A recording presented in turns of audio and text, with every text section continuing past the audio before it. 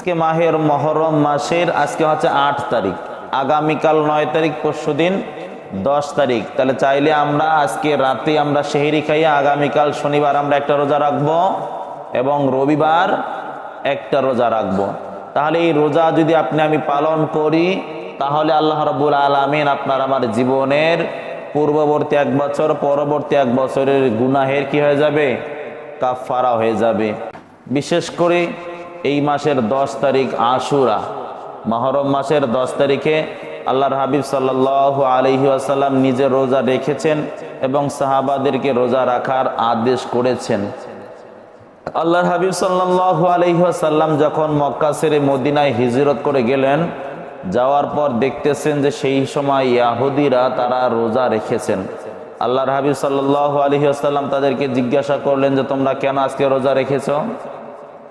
তারা বলতেছে যে আমাদের পয়গম্বর হযরত মূসা আলাইহিস সালাতু ওয়াস সালাম আজকের এই দিনে ফেরাউনের হাত থেকে রক্ষা পেয়ে সাগরের মাঝখান দিয়ে আল্লাহ রাব্বুল আলামিন রাস্তা তৈরি করে দিয়েছেন এবং মূসা আলাইহিস সালাতু ওয়াস সালাম ওই পথ ধরে তার উম্মত সহ পার হয়ে চলে গেছেন এবং ওই দিনেই ফেরাউন তার দলবল সহ সেই দিন সাগরের মাঝে ডুবে সদলবলে ধ্বংস হয়ে গেছে।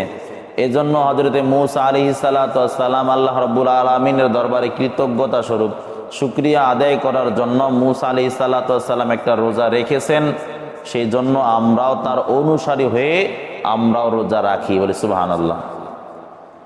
আল্লাহর হাবিব পয়গম্বর আরবি সাল্লাল্লাহু আলাইহি ওয়াসাল্লাম বললেন যে তোমরা মূসা আলাইহিস সালাতু ওয়াস সালামের অনুসারী হয়ে তোমরা যতটা না বেশি মহব্বত করো তার থেকে আমরা বেশি মূসা আলাইহিস সালাতু ওয়াস সালামকে মহব্বত করি, অতএব আমরাও আজকে থেকে রোজা রাখবো। আল্লাহ রাসূল সাল্লাল্লাহু আলাইহি ওয়াসাল্লাম সেই সময় নিজে রোজা রাখলেন এবং সাহাবীদেরকেও আদেশ দিলেন যে তোমরা এইভাবে রোজা রাখবে।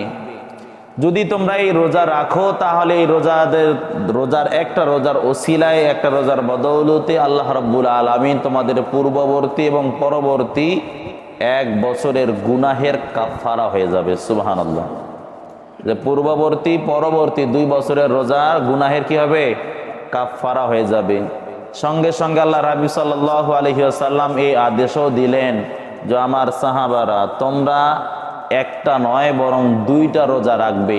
কেননা ইহুদি নাসারারা রোজা রেখেছেন একটা, ইহুদিরা রোজা রেখেছেন কয়টা?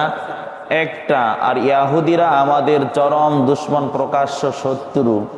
আর এই প্রকাশ্য শত্রুদের সঙ্গে আমাদের জন্য কোনো ইবাদতের সঙ্গেও যেন মিলে না যায়